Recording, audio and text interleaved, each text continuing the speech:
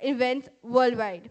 He is a fellow of IEEE, IET, IEE, IEI, and AAIA, and has recently been appointed as IEEE EMBS Distinguished Lecturer 2025 to 2026. His contributions continue to inspire innovations at the intersection of healthcare, signal processing, and artificial intelligence. Now it is my privilege to invite a renowned expert. Please welcome Dr. Rambilas Pachori from IIT Indore.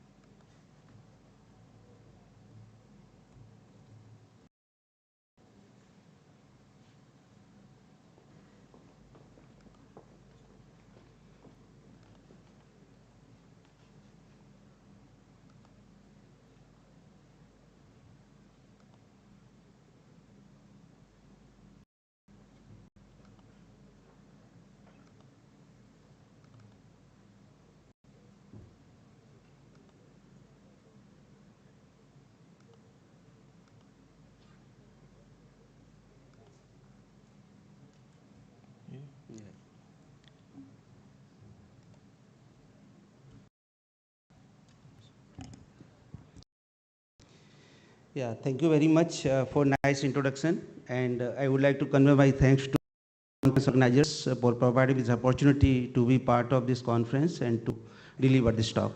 Thank you very much. So today's talk is on multi-channel processing and applications for signal analysis. So actually, you can see the theme of this conference. It is on artificial intelligence and smart technologies. So actually, like smart technology should also be intelligent. So that actually there is a need of processing, at the same time it should be intelligent enough. So in this talk, we will see use of signal processing and machine learning to design automated systems which can detect disease in the initial stage, or you can classify the normal and abnormal patterns of the signals.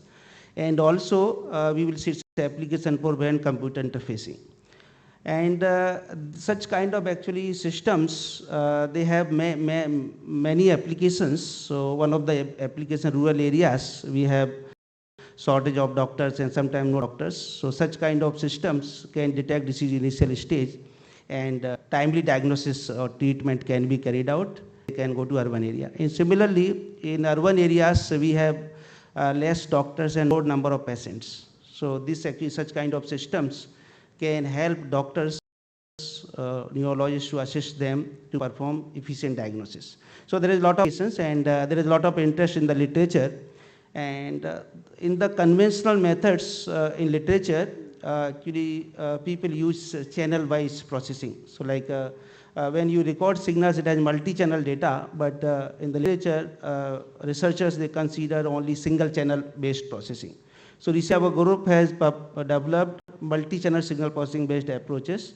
So one of such approach is multivariate iterative filtering that will be presented in this talk, and together with AI machine learning, we will see its applications. One of the application will be schizophrenia diagnosis, and second application will be brain-computer interfacing. So with this background, let us start this talk. This is the overview of this talk. First, we will see transform. Then Fourier transform, short time Fourier transform, continuous wavelet transform will be explained, and then we will see adaptive signal decomposition, then motivation for adaptive signal decomposition based multi-channel signal processing, then empirical mode decomposition will be explained, and then iterative filtering, and our proposed multivariate filtering will be explained. And then we will see two applications. One is detection of schizophrenia from EEG signal, and second one is brain-computer interface based on this multi-channel signal processing.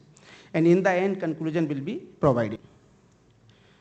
So this transform, actually, this is one of the important part of signal processing. Like these days, everywhere is AI, machine learning.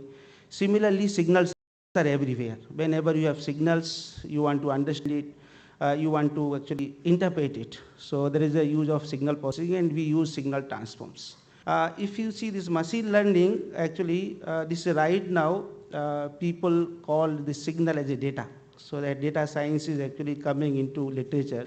People talk about data science. But when you see from interpretable AI point of view, then science of data is very, very important.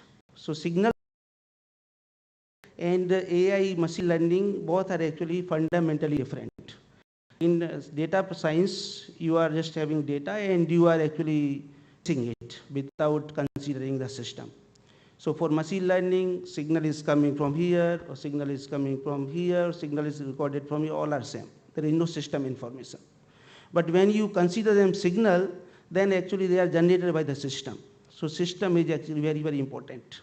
So in biomedical applications, when you do data analysis, it is very important to understand from which system this data is generated. So when you do analysis of electrocardiogram signal, ECG signals, you are not interested in ECG signal, you are interested in the heart from which data is generated. Similarly, when you do EEG signal processing, you are not interested in EEG, you are interested in the brain from which from which this signal is generated. So if system information is very important, and one of the major limitation of the AI is ignoring some from which data is generated. And that is the one of the major beauty of the signal processing. So combination of both is required for the research, where you can have nicely automated systems, smart system, intelligent system. So once actually this transformation is very useful to get insight. It will tell you what are the frequency behind the signal, which frequency is major frequency, which frequency is minor frequency.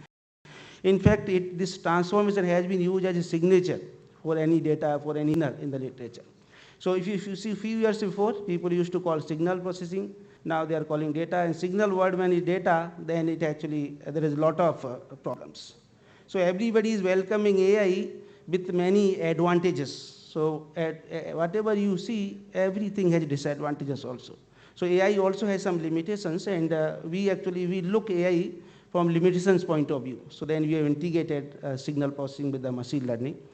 And this transform is like a bridge between two domains, time domain to frequency domain. And you do some certain, and after that you can come back in time domain. So it's like a bridge. And we can do a lot of useful applications in the frequency domain. And the first transform was proposed at Fourier in 1807. Fourier actually, he was from France, and his father was tailor. Tailor, not mathematician by profession. And when he was 4 years old, his parents died, and he was very poor, and he used to work in hostel.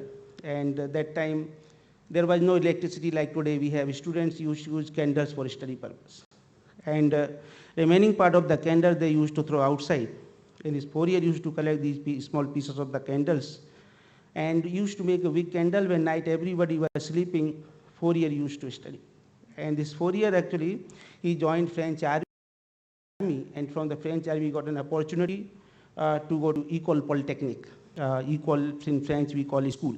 École. There actually he was working on the prism, and he was from physics background, and prism decomposes the white light into 7 colors. He got idea. This white light can be decomposed into 7 colors, then why we cannot decompose this complicated signal in terms of simple functions? And then he presented these complicated signals in terms of simple functions. I asked my student class, which city is the best city in the world? Some students say Paris, some students say Rajkot, some students say Ahmedabad, some students say Paris, some students say New York. But simplicity is the best city in the world. If you are simple, you are the best. You don't need any decomposition. That Fourier actually understood, and he represented this complicated signal in terms of simple functions. So once functions are simple, then you can derive nicely features. You can understand them well, and you can interpret the disease, interpret the whatever is an event that is happening during machine learning. So that actually same Fourier, he became founding director of École Polytechnique, and later he was appointed as scientific advisor of Napoleon. And people asked him earlier, you were son of tailor, Now you are scientific advisor of Napoleon, how do you feel? Then Fourier says, I am Sam Fourier, this is just a matter of time. So time is actually everything. We say this person is rich, he is not rich. He is rich due to time. He is poor, he is not poor, he is poor due to time. So time is actually such a parameter which is always linked, whatever you say in this world. So in signal processing, there are three independent forces. One is time, second one is frequency, third one is scale. Whatever is happening in this world, it has connection with time. Whatever you listen, it has connection with frequency, and whatever you see, it has connection with the scale. So in this talk, actually, you will see use of these three independent forces. How such kind of domain, which is actually very suitable for machine learning, AI. That is actually, otherwise AI is like a black box. You should understand what is going on. So then actually that is explainable AI. Once you explainable AI, then automatically AI will be connected with the conventional areas. So that is like signal processing. So Fourier transform, actually, we can represent this complicated signal in terms of simple functions. And it is a bridge between two domains, time domain and frequency domain. And you can see here two equations. First one is analysis, second one is synthesis. So analysis time, analysis part, what we do, actually integrate signal from minus infinite to plus infinite. So we have integrated entire time, so there is no time in the frequency domain. And now frequency domain has only frequency information, no time information. When you are doing synthesis, right hand side, you have integrated all frequencies. So there is no frequency in the time domain. When you are in time domain, there is no frequency domain, and when there is no time domain. Both are actually disjoint. So real life, actually, this one of the good thing actually of this conference that they have included sustainability. The AI smart technology for sustainability. Sustainable, like this actually changes the rule of life. In this world, nothing is permanent except change. So everything is changing, and how actually these AI intelligence systems, whatever you are designing, that will be sustainable. They will be always used with whatever conditions are changing. So that actually that needs to be integrated non-stationarity. So when in signal processing, whenever we use mathematical models to represent a signal, if any of the parameters is changing with time, then we call them non-stationary signal. Otherwise, signals are stationary. All parameters are constant, we call stationary. So in real life, it is very difficult to find stationary signal. Most of the signals are non-stationary signal. So it depends actually like what kind of scale you see. If you see the legs of the elephant, elephant looks like a tree, but elephant is not a tree. If you see the tail of the elephant, elephant looks like a snake, but elephant is not a snake. If you want to see elephant like an elephant, then you have to see a proper scale. So whenever you increase your scale, then actually signals become non-stationary. So sustainability comes when you are looking at large scale. You are looking after 10 years, 15 years, no, long term. Short term, there is no need of sustainability. That is actually short term. So long term, actually research, sustainability is very, very important. So then it should also consider non-stationary nature of the data. So here you can see two signals. First signal is stationary. There actually two frequency components are present at any point of time. In second signal, there is concatenation of two frequency components. For half interval, one half is another frequency is present. So when you apply Fourier transform, then actually both spectrums are same. This is one of the major limitations of the Fourier transform. And here, signals are different in time domain, but you are getting same spectrum in frequency domain. So motivated by that, this time frequency representation in the literature, in French books, there is this is bedding of time and frequency domain. So after bedding, now they will stay together, and they can nicely handle non-stationary signal in efficient manner. For non-stationary signals, your parameters, frequency are changing with time, but your signal, whatever basis functions you are using, they are not changing with time. So there is no structural similarity, and that actually motivated to develop short time Fourier transform, STFT, first technique that for time frequency representation. So in STFT, what we do, we actually have data and we divide into different segments, and each segment assume that signal is stationary, and then we apply Fourier transform of each segment.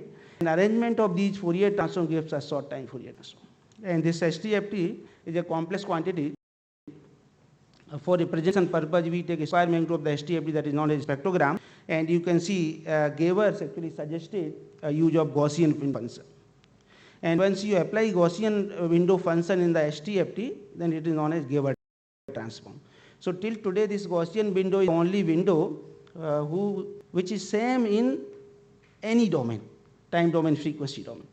There is no change. That is why it is optimum. Generally, somebody started journey from village, he comes to urban area, he becomes like urban area. Then he went to France, he becomes like France. He went to America, he becomes like America. So that change property is not in the Gaussian function. That is actually optimum. Whatever its form is there, it preserved in the other domain. So it makes a candidate for computing the spectrogram, and then we call it Gaver spectrogram. That is actually this direction, a new direction of machine learning. AI is coming in literature. So here you can see this first signal is speech signal, and second one is chirp signal. So its frequency is changing with time. And the speech signal, then actually this frequency is corresponding to vocal tact or pitch frequency, that all can be seen from the spectrogram time frequency representation. So there are two kinds of spectrogram. One is narrowband spectrogram, and second one is wideband spectrogram. Selection of the window decides. So suppose your analysis window is narrower in time domain, then it is wideband spectrogram. If analysis window is wider in time domain, then it is a narrowband spectrogram. So it depends on the resolution, concentration, focus is proportional to 1 upon spread of the signal. So if your analysis window is smaller in the time domain, then it has good time resolution. And similarly, in other domain also it can be. And if you can see these examples, narrowband spectrogram, wideband spectrogram, the first one, you have good frequency resolution, so you have poor frequency resolution. So it depends on the application. There is no thumb rule which will suggest which spectrogram should be used. It depends on the application. And by looking this time frequency image, now new actually domain is coming in AI/ML, that is explainable AI. So instead of signals, computing features, we use time frequency image, because this is plotted as energy as a function of time and frequency. Energy is a positive quantity, so it can be converted into intensity of the image, and then you have nice time frequency image, and that can be used as a input for convolutional neural network or deep learning kind of concepts. And this is one new direction, and you can do a lot of signal analysis and classification. This actually, if you see old time, people used to understand resolution in better way. They were wise people. In rural areas, people used to use a small mirror to see the face instead of this dressing table. So small mirror and dressing table, which one has good resolution? A small mirror. So rural people are smart. They don't use a dressing table like in urban areas people use. So small things always give better resolution. So that actually, like you have narrowband spectrogram, this means your window is narrower in the frequency domain. So whenever you have poor people, they are actually rich people in terms of research. Rich people are poor people in terms of research. Most of the poor people have developed actually many methods. The people don't have background, they make background of others. You will not find anyone rich person who is developing, breakthrough or this. Such rich person will also become more rich. And these all techniques, whatever you see, that develop the poor people. Even they don't have anything. So the poor people, they have less actually association, less things in life, so there is good focus. If you have car in house, suppose you are in 5th class, and I will give you car, then how you will concentrate? You buy a car, you will become bekar. This is actually for elderly people, it is good. For a student, it will take him in different direction. So that actually, so most of the methods, if you see, it has brought actually by the people, they have less things in life, not so many things. So less things are there, then you have good concentration. You stay in 1 BHK, you will have good focus. If you stay in 4 BHK, you can play football. So that will lose focus. So that is why all the actually this resolution, signal processing actually tells us you have a small observation interval, then you have good focus, good concentration. So short time Fourier transform, actually there are certain limitations. We don't know what size of the window should be used and which window should be used. There is no thumb rule. There are many windows. So that is done by the actually based on the experience. So there is saying in Hindi, जहाँ न पहुँचे रवि वहाँ पर पहुँचे कवि और उससे भी बड़ा है अनुभवी. So experienced person is actually better. So based on the experience, if you do a lot of work, then automatically you will say, oh, this window is useful for this kind of signal analysis. Based on the experience, one can quickly change. So you will find good signal processing people, for this analysis data, use this window. So that comes to the trial and error experience. So if you have wide, you have signal frequency component, then you need wide analysis window, and that gives you poor time resolution. And if you have high frequency component, then you use narrow analysis window, that gives you good time resolution. So that flexibility is not there in a short time Fourier transfer. It is actually fixed. Once you have selected the window, it is same for entire analysis. So there is for that there is a motivation to use such kind of window which is flexible. So then concept of scale actually comes in the literature, and scale can give you such kind of window. Low scale you can have very nice narrow analysis window.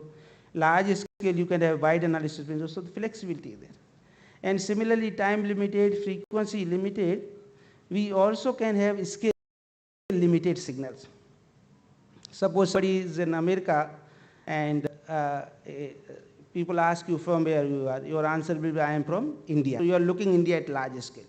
In India, somebody asks you from where you are, your answer will be I am from Gujarat.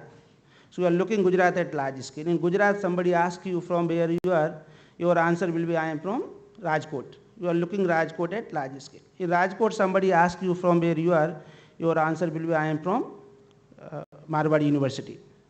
In Marwadi University, somebody asks you from where you are, answer I am in auditorium. In auditorium, somebody asks you from where you are, I will say I am nearby mic. After that, I don't know where I am.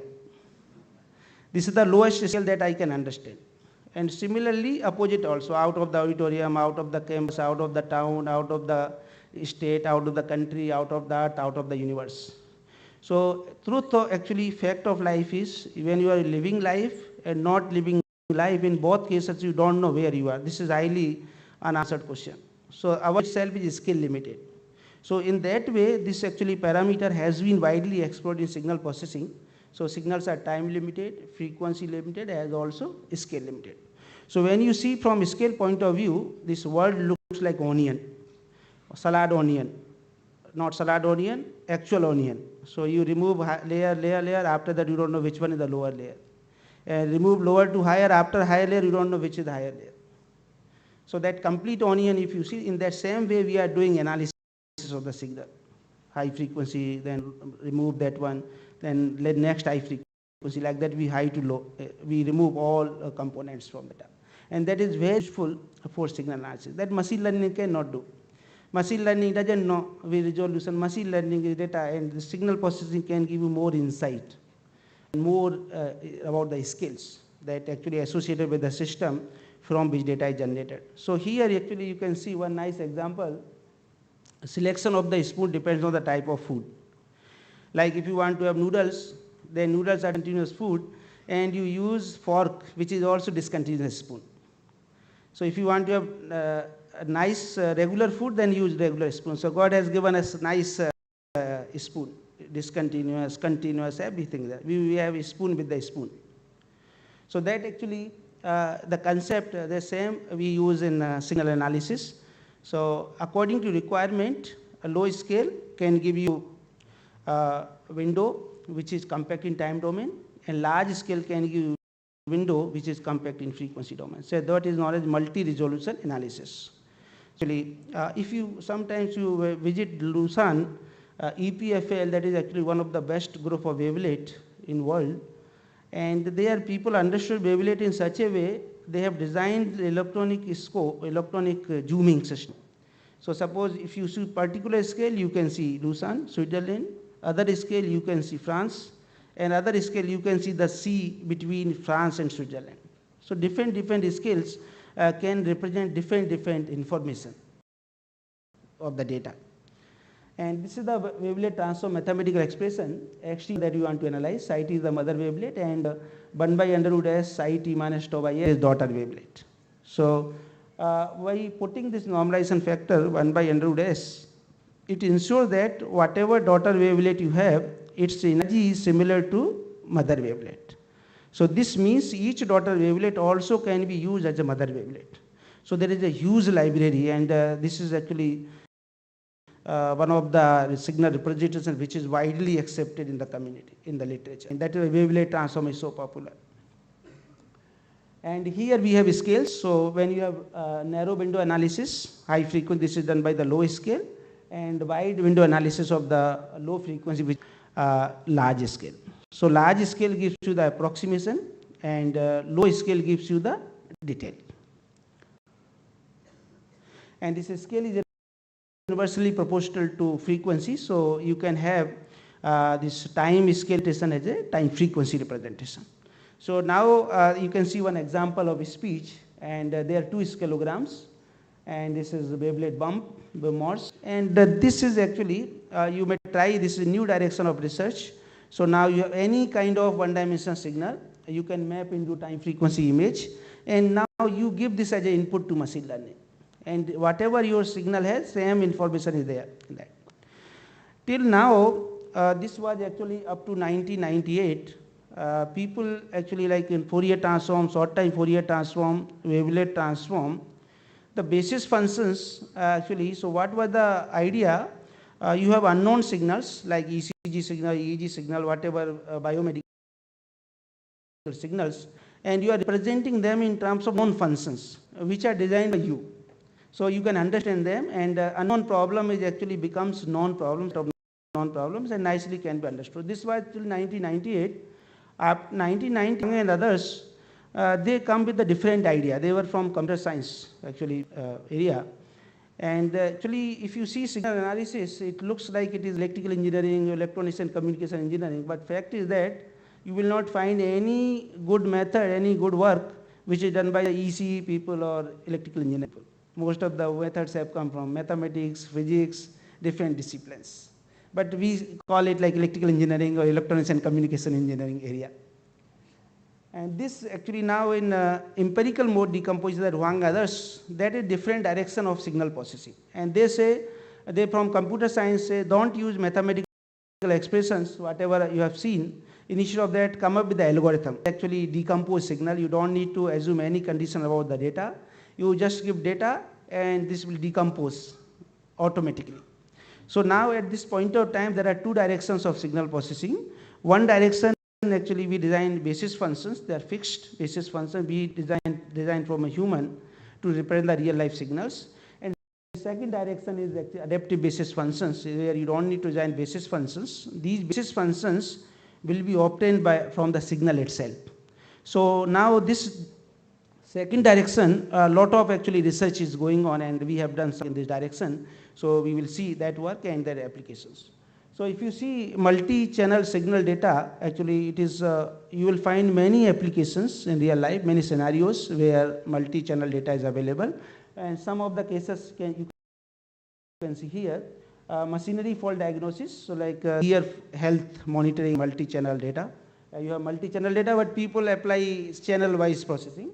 And EEG recording, that a person actually, you can see he is wearing a electrode cap, and number of electrodes in the cap determine the number of channels in the multi-channel data.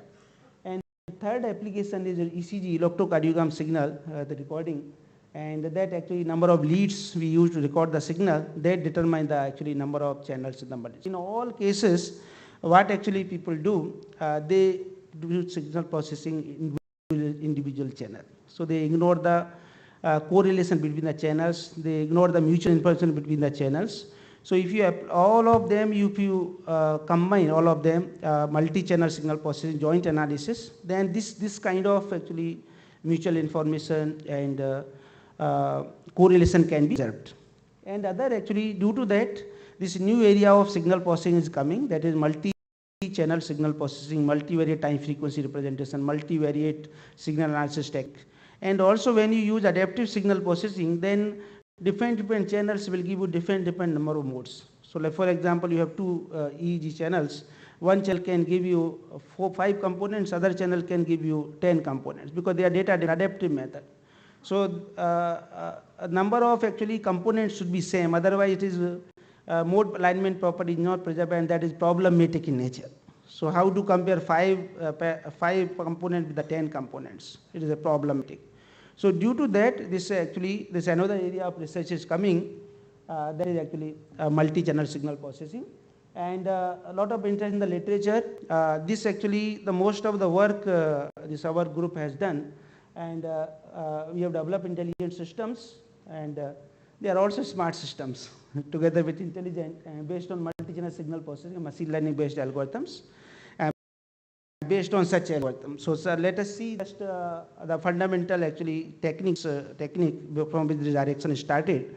That is empirical mode decomposition, 1998. So here actually you see signal that we want to analyze. So we determine maximas, minimas, and then we interpolate both of them and take the two envelopes. And average of these two envelopes we call this detail. This average, and this subtracted from the signal, then we call it detail. And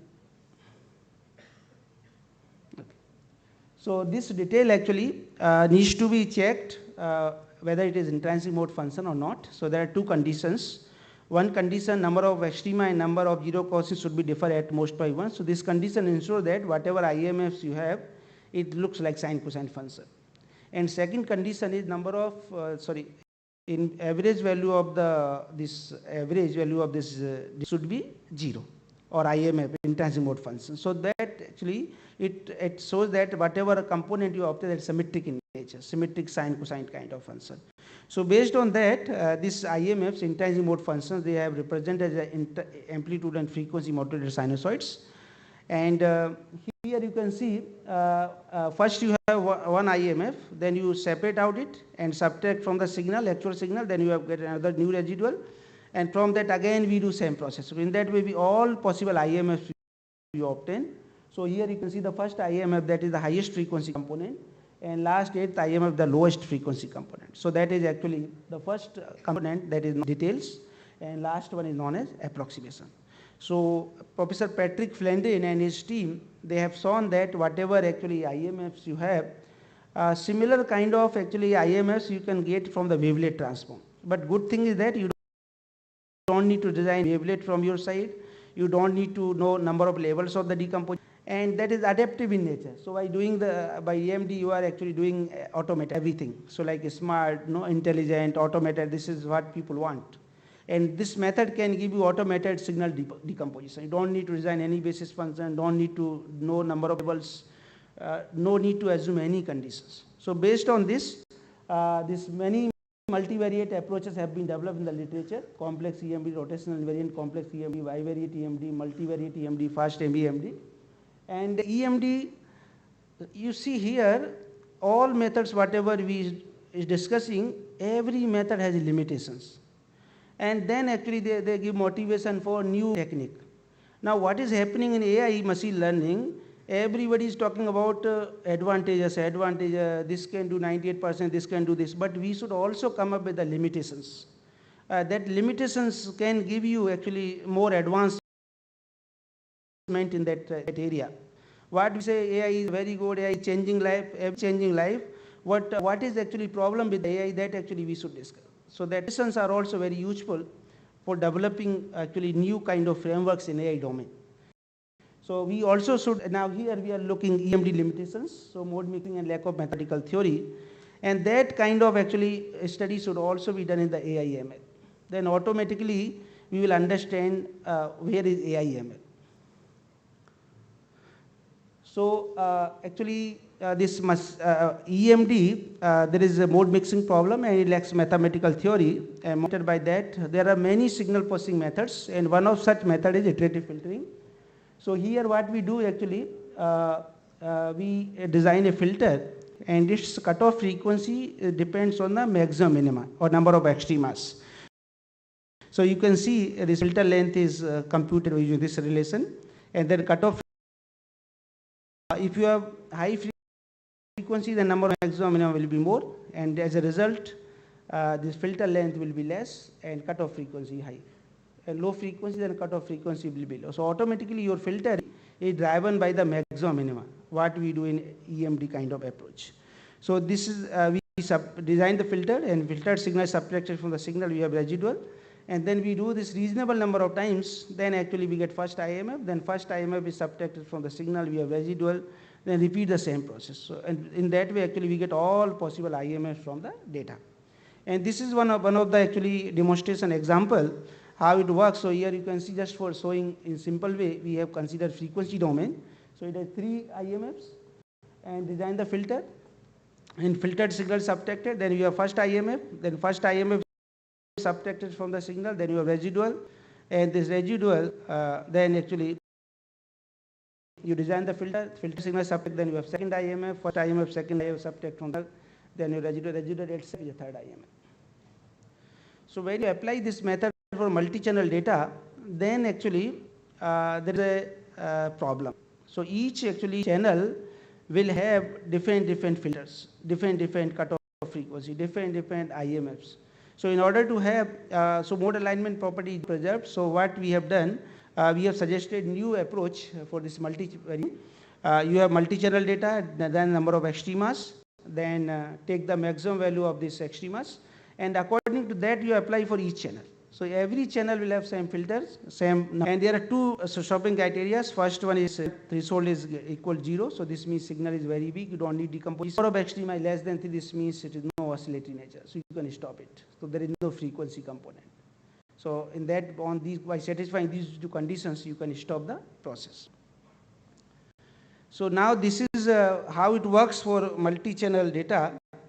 Just for example, 2-channel data is considered. So first channel, you can see there is some problem, not clear this cursor.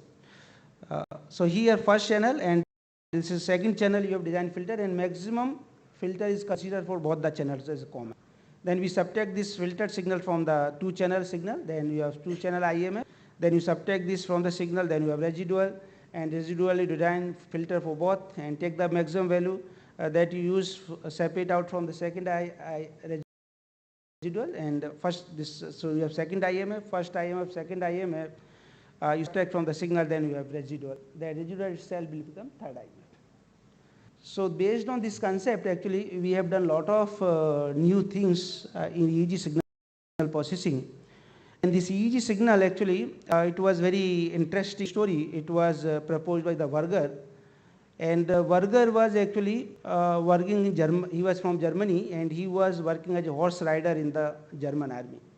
So once actually he was fighting for a battle for his country, and he fell down from the horse. And his sister, she was many kilometers away from that place, and sister came to know that her brother has got a lot of injuries. Then she conveyed this information to her parents, and then parents sent telegram to Werger, and Werger confirmed the same. So Werger surprised how his sister came to know about my injuries.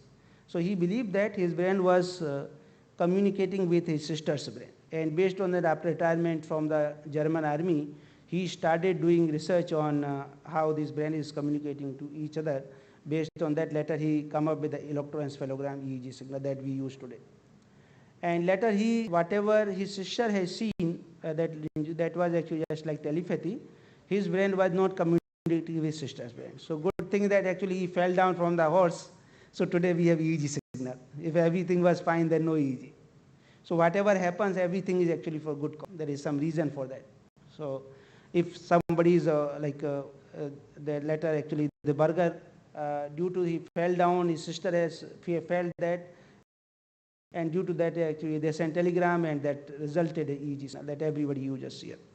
And Werger old time, he defined rhythms, EEG rhythms, based on the Fourier spectrum. So at a time you have all rhythms, different frequency range. And it's very old time, everybody is following. So we have actually changed the rhythms definition. In our group, we have defined EEG rhythms in multi-channel framework. Not like old. So at any point of time, you can see the rhythms. So they are dynamic rhythms. They are not like conventional rhythms. So actually, Ben, here you can see this is so electroencephalogram EEG signal that is actually commonly used to measure the electrical activity of the brain. And in the brain, there are four lobes, and these lobes actually that you can see, frontal lobe, parietal lobe, occipital lobe, and temporal lobe. And each lobe is actually represents some activity. Whatever you do directly, indirectly, everything has actually connection with the brain. So brain is the master of the body. So you see this electrode cap that we use 10 to 20 channel, and this is designed such a way so that it can capture the EEG recording from the all lobes.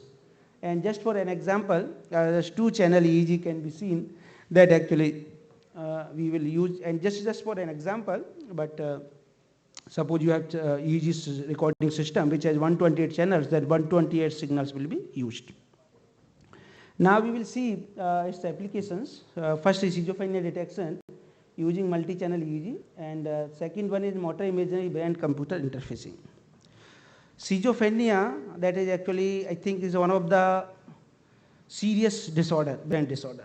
And there is one nice movie that is Beautiful Mind. Professor John Ness, he was having schizophrenia. And he was actually, he was having three friends, three persons in that movie, if you see. Charles was the roommate of John Ness. And there was no Charles. So you develop, when you have schizophrenia, then you see such people, they don't exist in real life. They are imaginary people. And this Charles and Charles' niece, Charles introduced Charles' niece to, there was no Charles, then there is no niece also. And when Professor John Ness was actually teaching at MIT, that he was a student, he did his studies Princeton University, and he was doing research, and whenever there are mistakes and idea was not novel, Charles used to tell him, oh, your idea is not novel, you still work, you further work, and come up with a significant contribution. So that, but there was no Charles. So later he was delivering lecture in MIT, and you can see one Russian agents, a representative William. William is coming, and actually they time they want to take him away from the class, and he was crying, say me like in the daytime why you are taking me. So that actually Russian agents wants to take his help to decode the Russian codes. They are that time they are published in the newspapers in the form, in the text somewhere they write the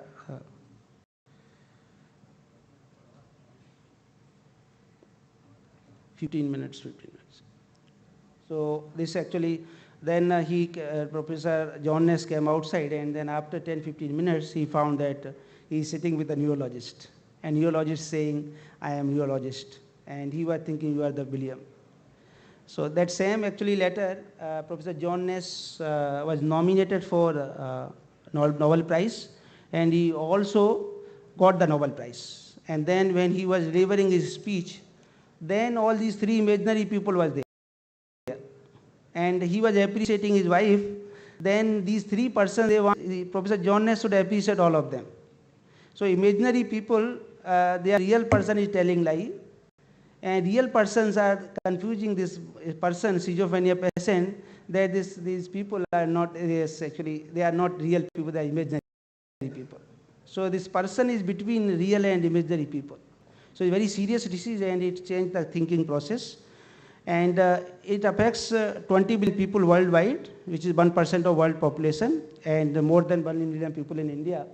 And based on actually multi-channel iterative filtering, we have proposed this signal processing and machine learning based algorithm for schizophrenia detection. So you have multi-channel data, then we perform segmentation, then we put multi-channel iterative filtering. Then we have, for each channel same number of modes, intelligent mode function. Then we have actually, for the first time in the literature, we have defined multi-channel rhythms, delta, theta, alpha, beta, gamma, and then actually you extract features from these EEG rhythms, then perform the classification. Then it will tell you whether you are healthy or schizophrenia.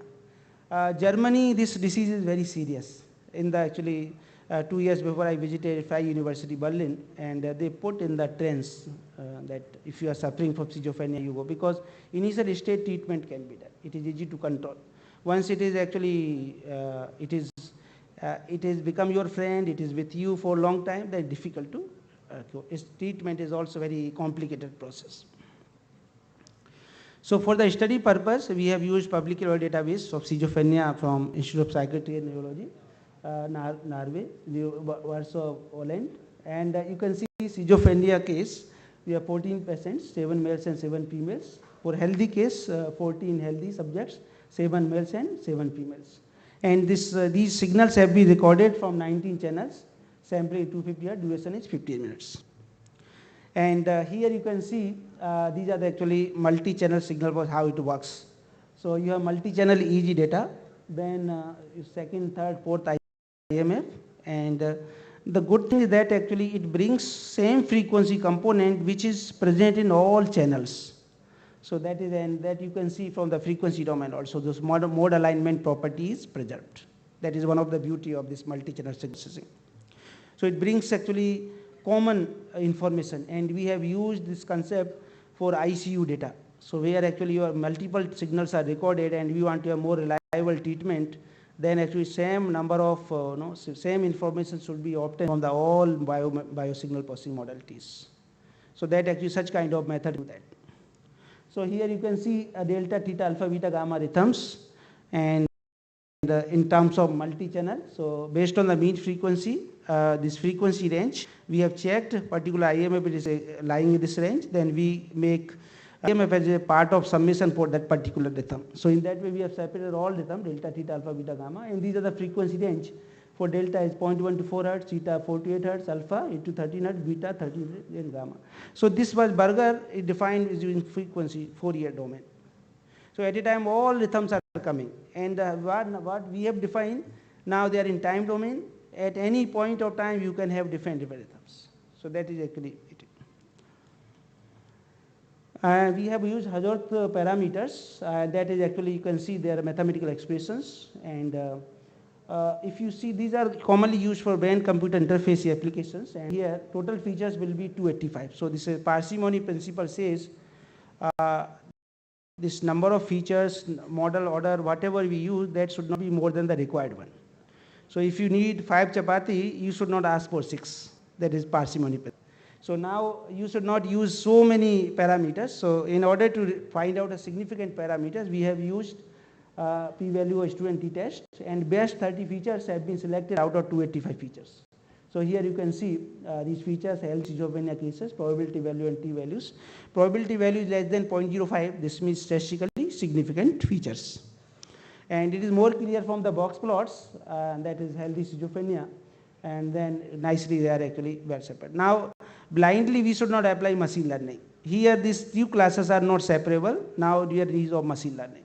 We have done many actually work, so many approaches developed where there is no need of machine learning. Signal processing can itself do classification. But people are not doing such kind of analysis, and without that they are applying machine learning. So now here you are not able to classify these two classes, then we have to go a such domain where these both signals will be separated. So that is machine learning idea, and we have used support vector machine, support quadrature, linear discriminant, k-nearest stable classifier tree, and performance has been done using accuracy sensitivity, specifically positive predictive value area under ROC curve. And that now you can see the performance parameter of different classes of the best 30 features, and 5-fold 10 validation. So 10-fold means whatever data you have, you divide into 10 parts, and 9 parts are used for training, 1 is left for testing purpose.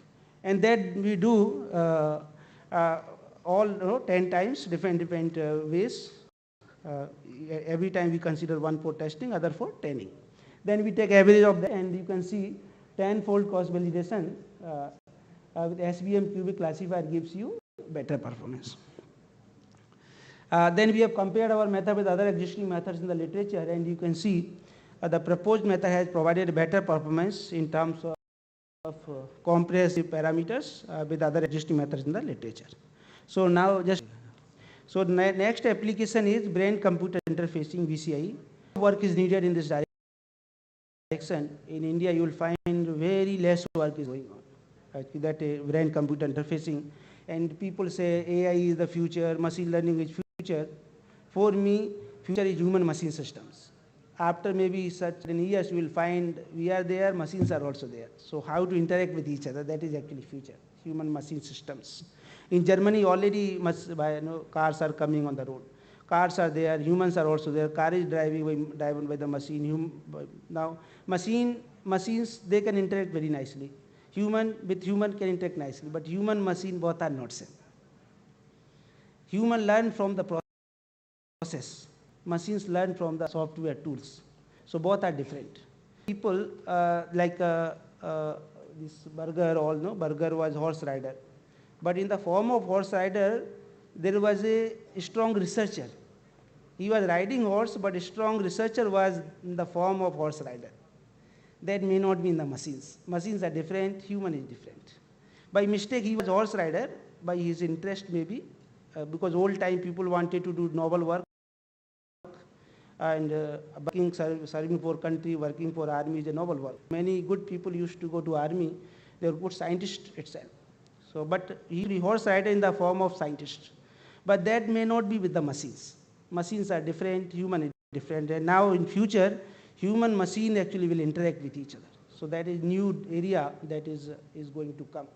That is not AI/ML, this is human machine interface, how to interact with each other. Maybe teacher is like in one of the class, all students, they are wearing EEG cap. And sometimes students say this teacher is not teaching well. But teacher is saying students are not understanding well. Some students are just sitting here, their brain is actually at home. They are thinking something else. Only body is sitting here. So what they do, they put EEG recording system and they measure EEG signals and they find out who is attentive in the class. And quickly it is validated, oh, he is somewhere else. Just he is putting his body here. So that activity, and that is actually later will be done. People use tutor as a machine learning, robots. One of the university in Gujarat, actually, I attended, delivered talk, and robot came and presented a gift to me. So that actually, that kind of work will be done. So we have to interact with the machines. So next application, that is actually future motor imaginary brain computer interface. So this is actually like just briefly will conclude. And there are three kind of VCIs. One is you are not able to speak, but you can imagine it. That is speech imagined EEG signal, speech based VCI. Sometimes you are not able to move hand, and that actually you can imagine. And then you just robot hand, and this can be controlled by the brain waves, EEG signals. And third one is new actually area that is started from MIT, that visual cognition based VCI. So at a time, these are limited. You can do right, up, left, right. Speech also at a time you can speak one word. But you can see many things at a time. So it brings many many activities you can see. And visual cognition based VCI. So here actually like you see whatever you see the person, you don't see, you just imagine it. Then same EEG signal will be recorded. So that is a concept of the VCI. So here this is actually in this talk we will discuss on the motor imagery based VCI. And here you can see the image, biomedical signals, they can control the robot arm. So for the study purpose, we have taken data sets, these two data sets. One is VCI completion for 2A data set 1. And you can see this paradigm for this recording of this, and these are the yellow. And this is another data set which is from 3 subjects. And here also you can see the paradigm and EEG electrode cap. So this is our proposed approach, and multi-channel EEG signal. Then we have training and evaluation data and pre-processing applied, multivariate filtering. And that just we have fixed 4 IMFs because there is also, you will see it's why we only 4. Then CSP is computed, we feature ranking section and classified. So here you can see these are the actually results. Proposed method for this 9 subjects. Sometimes we are specific subject is specific BCI, patients applications, and we want to have a subject independent VCI. So first case, the subject specific, subject dependent. 9 subject, each one you can see accuracy and number of years for different classification problem. Left versus right hand, left versus feet, left hand versus tongue, right hand versus feet, right hand versus tongue, and feet versus tongue. And bottom, you can see the subject independent VCI, so average of all. And this is for another data set, 3 subjects, subject is specific and subject dependent, subject independent, or both cases. You can see this classification performance. And you can see this variability with number of features, so it is very difficult to design BCI paradigm. Brain is actually highly changeable, highly variable. In Bhagavad Gita, it is said like it is 10 mad elephants that take pulling in the 10 directions. So it is very difficult to have stable. It's very chaotic kind of brain wave. But still, with good signal processing, you can. So this we have compared our method with other existing methods in the literature for BCI, and our method, out of 5 classification problem, 3 is giving better. And then you can see why we have selected 4 IMFs. So because 5th overlapping is more, so no discrimination. So if you do proper signal analysis, it can give you more insight, what is happening, why it is happening. All.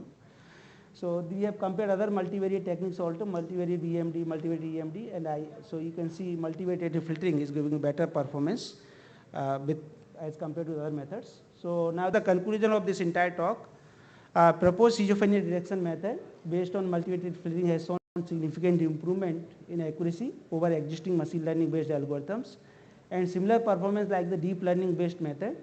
Deep learning based methods are computationally very expensive compared to machine learning based approach.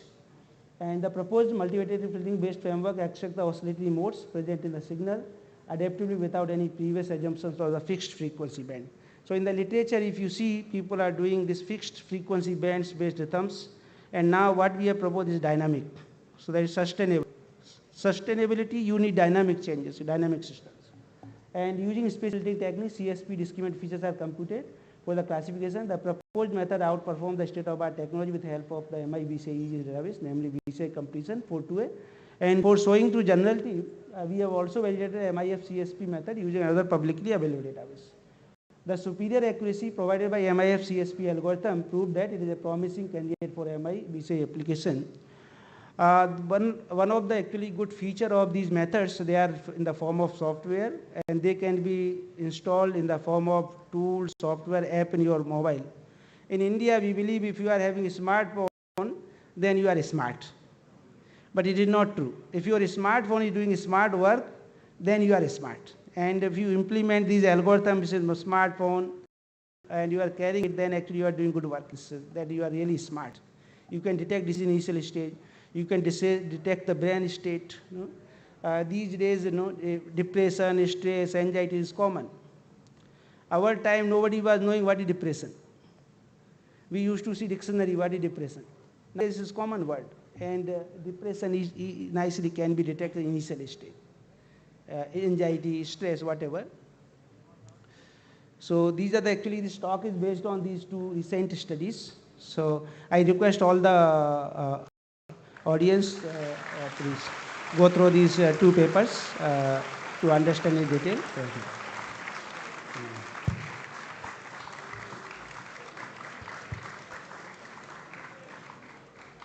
Thank you very much.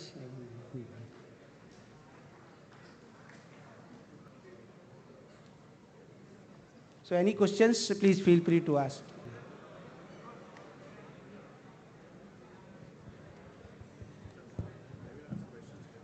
Yeah.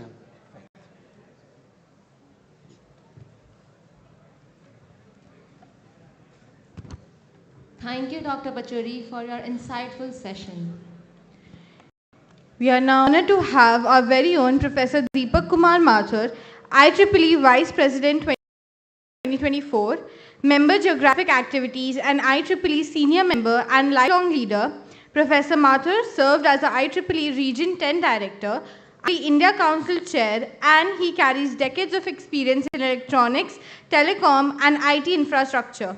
He is the recipient of multiple IEEE awards, including the Most Remarkable MGA Achievement Award and Region 10 Outstanding Volunteer Award. Sir, yes.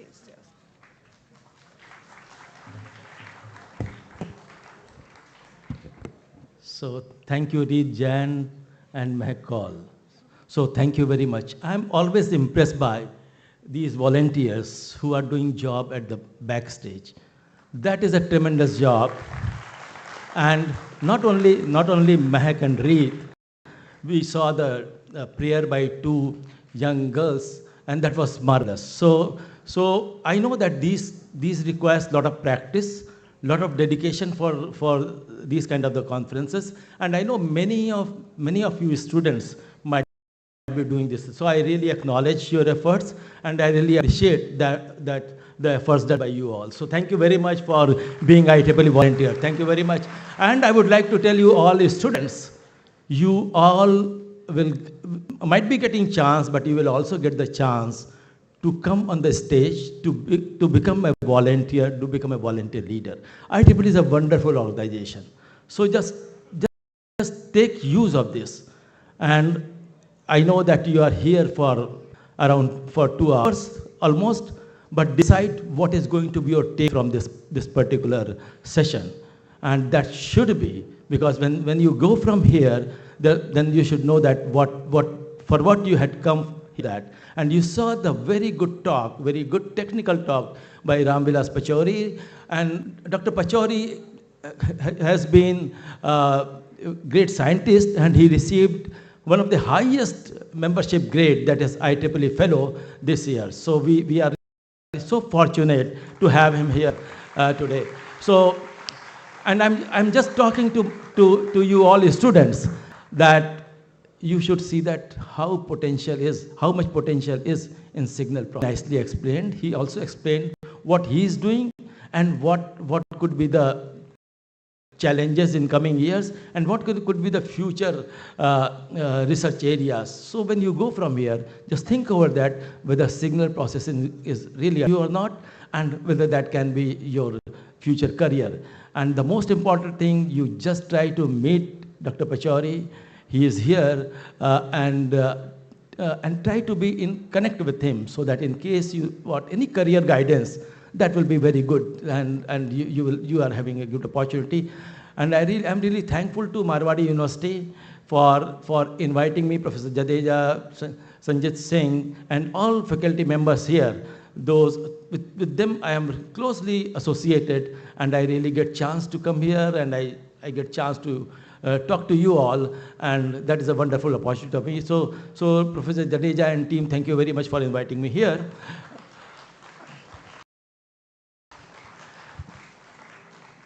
So regarding, I'm just going to share my random thought on IEEE. And so I would like to say that IEEE is no longer known as the Institute of Electrical and Electronics Engineers. So those who are computer science background, those who are not from the electronics and electrical engineering, you should not think that you cannot be the part of IEEE. You can be part of IEEE.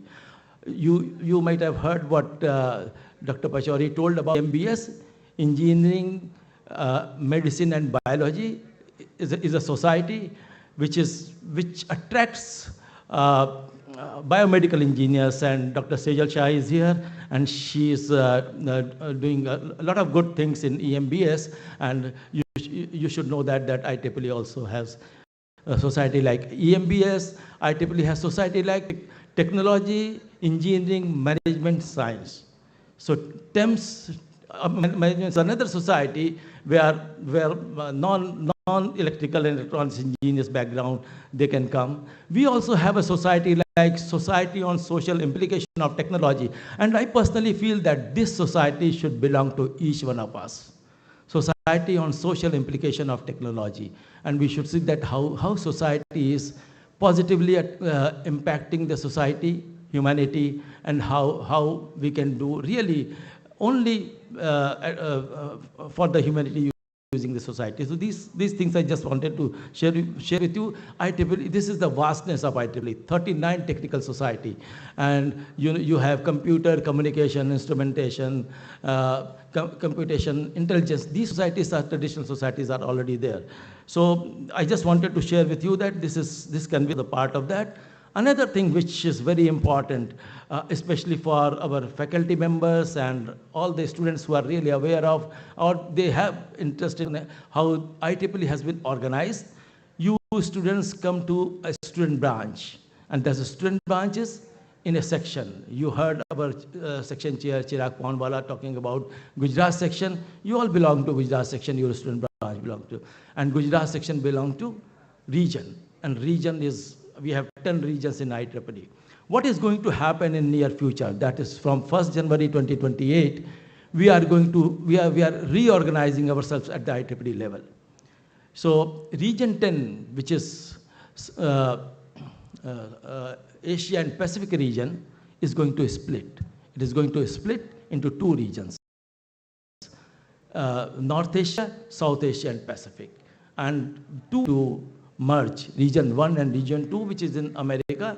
So this is going to be reorganized, and you will be the part of the South Asia region, which will be known as region 11. And I wanted to tell you this just to make aware what is happening at a global level, because we are a growing organization, and in the growing organization, region 10 was further growing, and we were constituting around 40% of the membership, and everybody thought that we should split this region so that they have better representation at IEEE board level. So this is another thought which I wanted to share with you.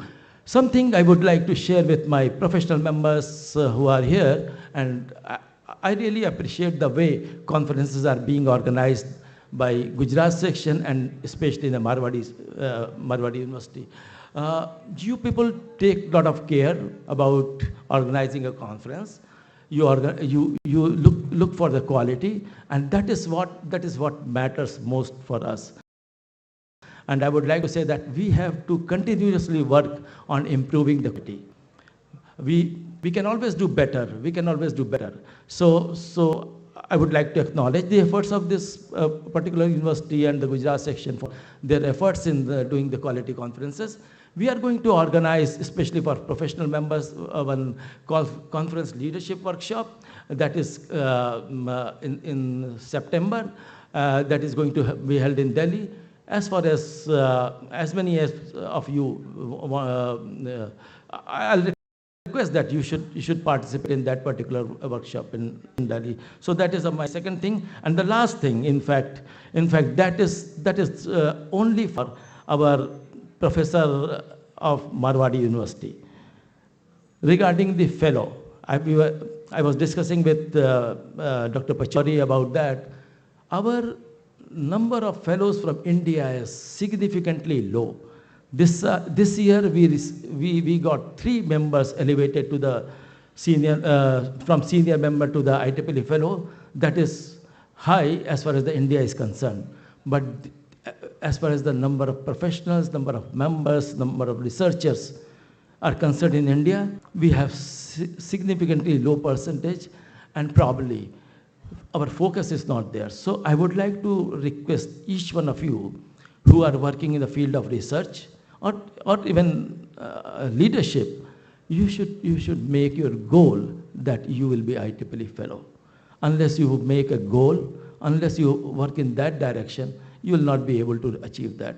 So that is my last thought which I wanted to share on you on this platform. So thank you very much for inviting me. I come here again and again, and I'll be talking to you. I wish one day I come and I sit with you all students and we talk that how IEEE how we can take benefit from the IEEE for our professional, technical, and career development.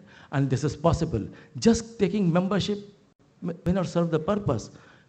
Membership is prestigious, but yes, you have to take this to your advantage. And I'm sure you will decide today, and you decide that what could be your takeaway. One takeaway is you should be signal processing. Another is that just see that from the IEEE.org or your student branch counselor, discuss that how you can run program around the year which benefits your career, your professional growth, and your technical goals. So thank you very much giving me this opportunity. And and nice talking to you all. Thank you.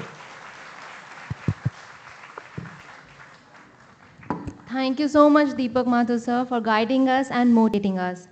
And with those illuminating words, we have reached the end of our inaugural address. To express our gratitude to everyone who contributed to making this day possible, I would like to call upon Professor Amit Ved, General Co-Chair, AISTS 2025.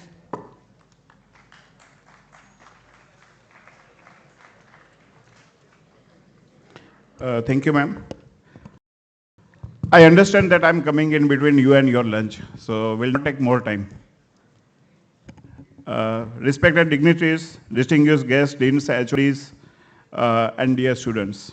It is my proud privilege to deliver the vote of thanks on this memorable occasion of the inaugural session of AISTS 2025 at Marwadi University.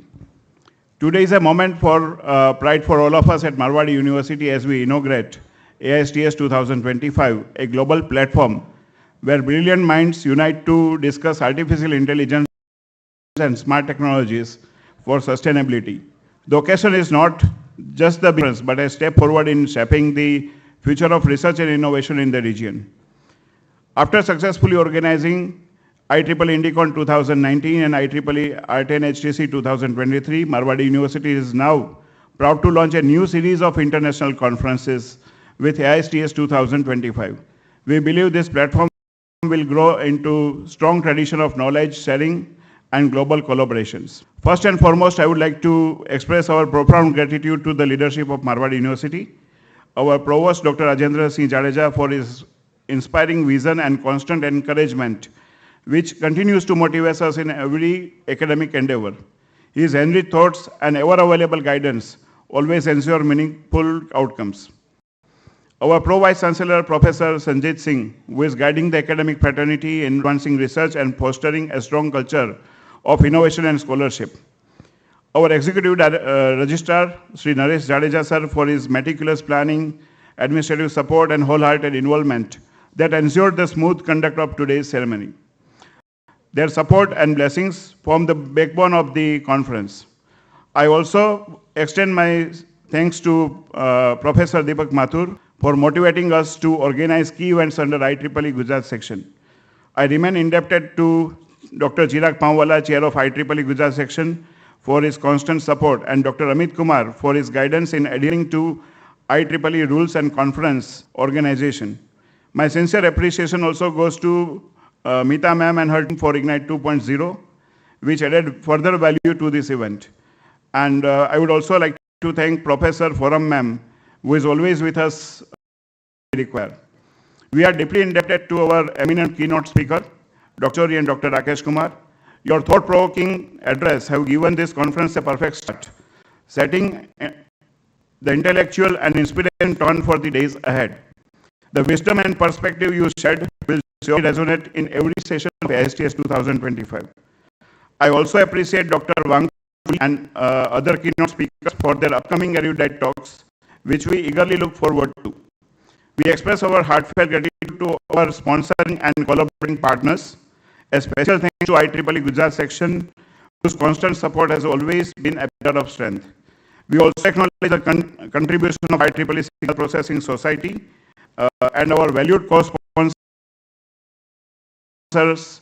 like TSS, BitGreen, K7, and Symmetrics. Your support has enriched this conference with both technical depth and global outreach. No conference can succeed without a dedicated team.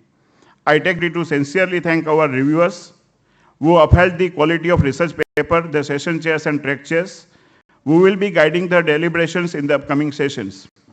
The entire organizing committee, faculty, staff, and student volunteer for their tireless efforts, attention to details, and unwavering commitment in making this conference a reality. To our delegates and participants, many of whom have joined us from across the country and abroad, we are deeply grateful for your presence. Your active participation and scholarly contributions are what make this conference truly meaningful. A word of appreciation must also go to our technical hospitality and administrative support teams, the silent force working behind the scenes to ensure seamless arrangement and warm experience to all our guests. As we now look forward to technical sessions, workshops, and discussions that follow, I'm confident that AISTS 2025 will serve as a vibrant platform for exchanging ideas, building collaborations, and advancing innovations in AI and smart technologies for sustainability. On behalf of the organizing committee, I once again extend my heartfelt thanks to each and every one of you for gracing the inauguration with your presence and support. Thank you, and we look forward to fruitful sessions ahead. Thanks one and all. Jai Hind.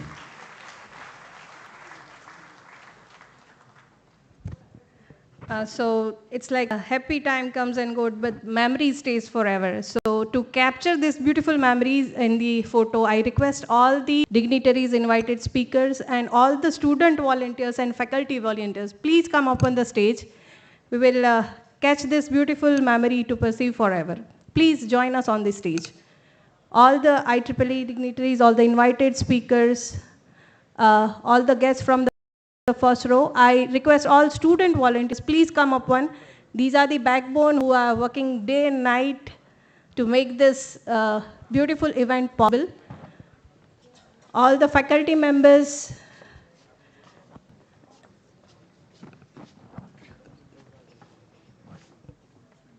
student volunteers, please come forward.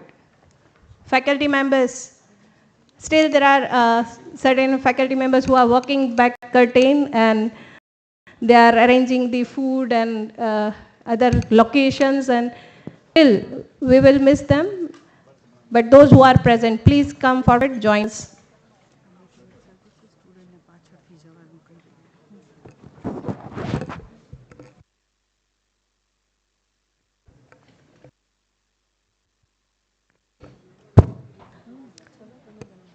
So good thing takes lots of efforts, and our students are our backbone. With this, a huge round of applause for all the students who are working day and night for this conference making happen.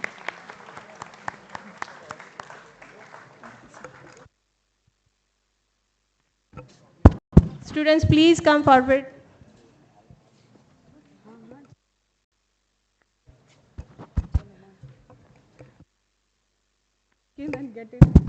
Please fit yourselves into frame, everybody.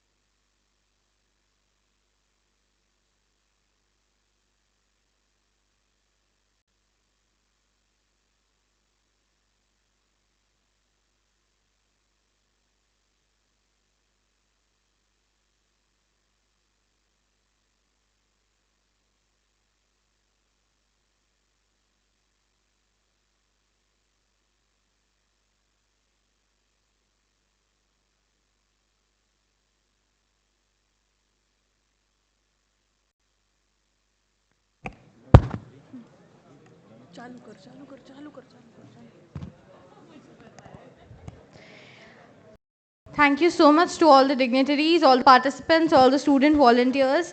And with this inaugural ceremony of IEEE AISTS 2025 officially concludes. We now invite you all to join us for the technical session that will follow. Let us make the next 3 days a period of profound discovery, collaboration, and innovation. So students, please be seated in your seats. Okay. We request all the students to take back stairs. You can leave the auditorium using backstage. Please proceed with the further schedules.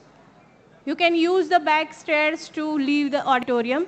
I request all the volunteers to accompany the guest for the lunch. And I request all the participants who are from other places, please proceed for the lunch to Hostel D, 3rd floor. I repeat, I request all the participants to proceed for lunch, Hostel D, 3rd floor. Students will get their further schedule in their groups by their class coordinators.